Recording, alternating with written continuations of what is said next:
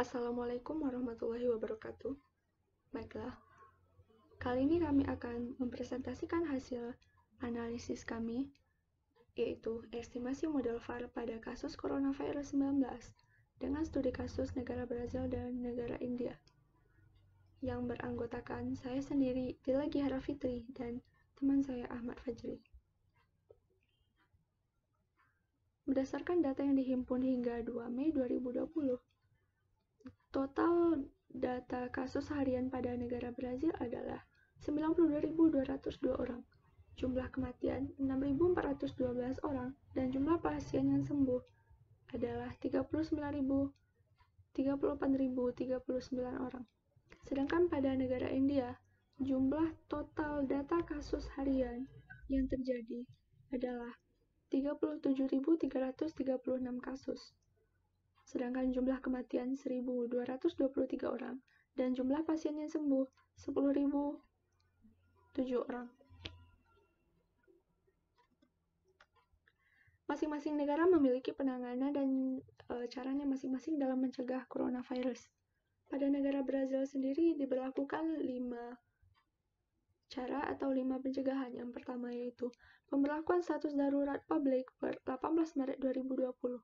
Yang kedua, penutupan perbatasan. Yang ketiga, pelarangan masuk bagi warga negara asing. Yang keempat, pembatasan mobilitas di dalam negara. Yang kelima itu karantina, yang mana karantina ini dilakukan selama 15 hari bagi warga yang berpergian keluar atau masuk suatu daerah. Sedangkan pada negara India dilakukan perencanaan dan eksekusi, yaitu yang pertama pengawasan di pintu masuk negara, yang kedua pengawasan masyarakat terhadap semua penumpang melalui jaringan program pengawasan masyarakat terpadu atau IDSP. Yang ketiga yaitu pengujian laboratorium. Yang keempat meningkatkan produksi dan pengadaan pasukan medis. Yang kelima yaitu komunikasi publik. Dan yang terakhir yang keenam memastikan keselamatan orang India di luar negeri. Jadi tidak hanya orang India yang berada di dalam negeri, tetapi juga yang berada di luar negeri.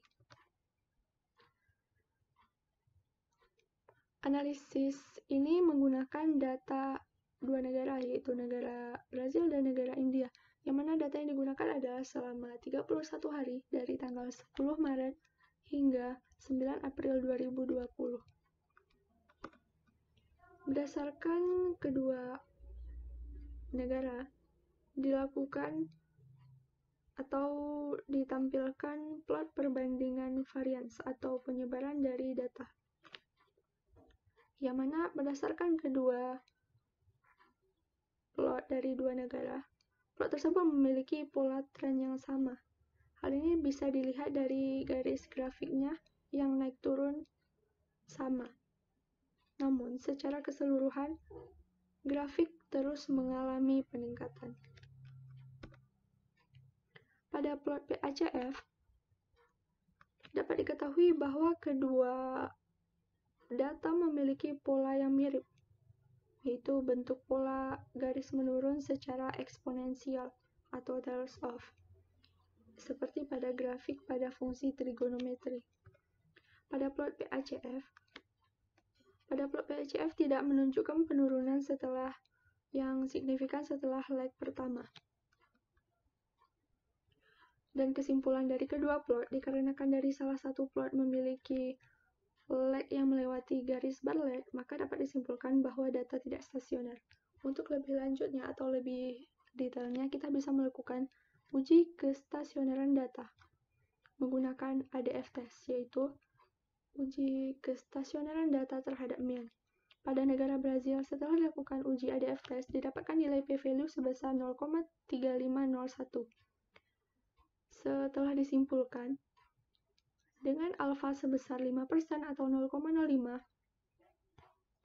data tidak stasioner terhadap mean, maka dilakukan diferensi sebanyak 1 kali, sehingga didapatkan p-value sebesar 0,03559. Dan disimpulkan bahwa data telah stasioner terhadap mean pada negara Brazil.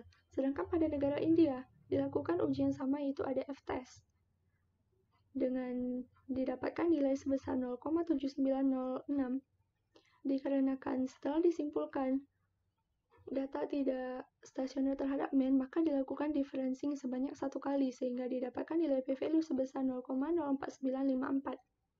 Dan dari hasil p-value setelah dilakukan differencing, maka dapat disimpulkan bahwa data pada negara India telah stasioner terhadap mean. Dan selanjutnya akan dijelaskan atau dijabarkan oleh teman saya Ahmad Fajri.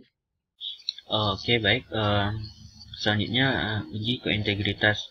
Nah, sebelum menentukan model estimasi varians, maka dilakukan uji kointegritas terlebih dahulu. Nah, uji kointegritas sendiri adalah sebuah uji yang dilakukan untuk melihat ada atau tidaknya hubungan jangka panjang antara variabel-variabel bebas dan terikat. Nah, uji ini sendiri merupakan kelanjutan dari uji stationary, di mana tujuan utama dari uji kointegritas sendiri adalah untuk mengetahui apakah residual regresi terkointegrasi stationary atau tidak. Nah, berdasarkan studi kasus COVID-19 di negara Brazil dan India, maka didapatkan output statistik uji sebagai berikut. Namun sebelum itu, hipotesis yang kami gunakan adalah untuk H0-nya sendiri tidak terdapat kointegritas, maka implikasi tidak adanya keterkaitan hubungan dalam jangka panjang. Sedangkan HA-nya sendiri terdapat kointegritas, maka terdapat hubungan yang stabil dalam jangka panjang. Untuk daerah penolakannya sendiri tolak 0 apabila nilai dari p-value lebih kecil dari alfa yang digunakan. Untuk alfa yang digunakan sendiri adalah 0,05. Nah, berdasarkan statistik uji yang didapatkan, dapat dilihat nilai dari p-value yakni sebesar 0,319. Hal ini berarti tidak dapat menolak 0 karena nilai dari p-value itu lebih besar dari alfa 0,05. Maka dapat disimpulkan bahwa tidak terdapat kointegritas, maka implikasi tidak adanya keterkaitan hubungan dalam jangka panjang.